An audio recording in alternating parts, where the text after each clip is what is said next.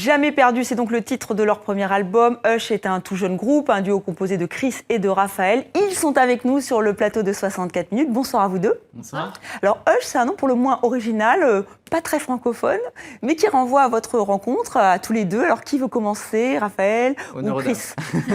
Exactement, on s'est rencontrés un soir, une soirée, et puis il avait sa guitare et j'ai commencé à chanter une chanson Summertime qui fait So hush, pretty baby, don't you cry. Et donc c'est ce mot-là qu'on a gardé pour immortaliser notre rencontre, voilà, pour notre groupe. Voilà, et donc Raphaël, c'était un coup de foudre artistique. Ah oui, complètement. C'est-à-dire que j'ai vraiment flashé tout de suite sur sa voix. Ça a été une révélation pour moi. Et très vite, on s'est rappelé le lendemain pour commencer à composer, ce qu'on a fait très vite. On a enregistré d'abord des reprises, et puis après, voilà, des compos, et on s'est mis ensuite sur le site My Major Company. Voilà, et on va revenir sur ce financement participatif. C'est vrai que c'est assez pas facile, mais en tout cas, ça donne une nouvelle entrée pour les artistes. Mais on va vous écouter surtout donc un extrait tout de suite de cet album, premier album, Jamais perdu. Y'a pas de bon choix, y'a juste des choix. Tu penses te perdre, regarde autour de toi. Là le chemin est tracé sous tes pas. En choisissant destin, y'a toujours une voie. Y'a pas de bon choix, y'a juste des choix. Dans un sens ou dans l'autre, de toute façon on ira. Lève-toi et marche et va bouffer la vie. Faut louper des marches pour se sentir en vie. Du haut de ta liberté, tu ne pourras pas te tromper. Écris ta réalité, levez les voiles.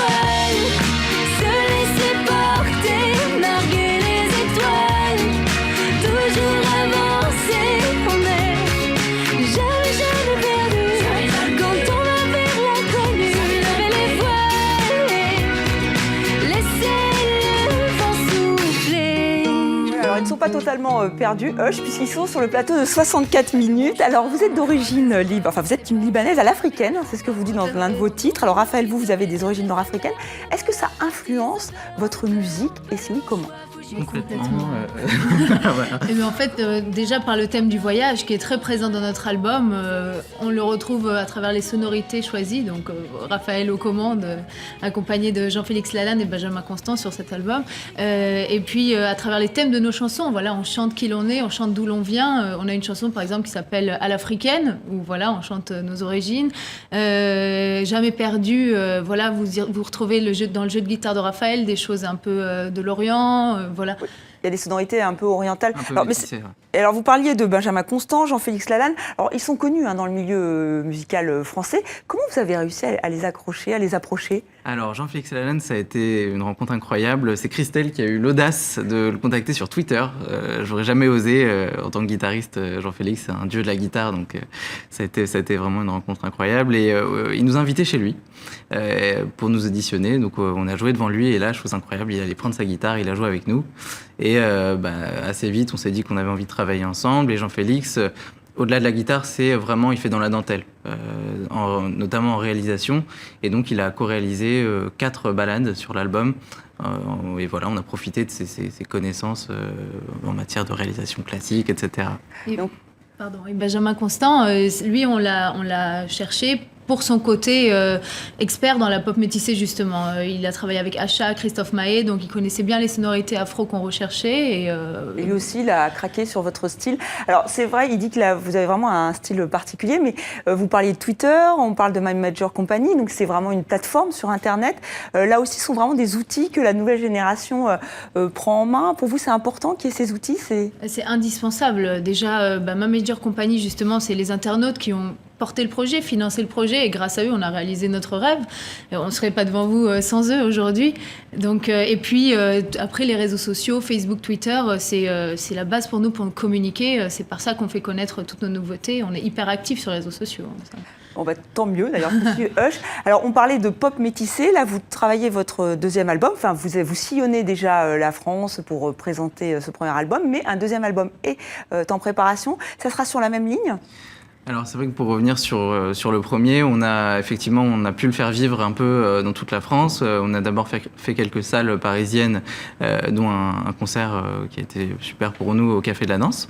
Et ensuite, un petit peu partout en France, on a fait un partenariat avec la SNCF qui s'est super bien passé. On a joué dans les trains.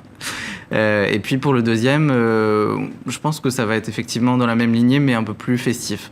Le premier a été très réfléchi, on avait envie de faire quelque chose de très authentique, et là maintenant on a envie un petit peu de se lâcher sur le deuxième.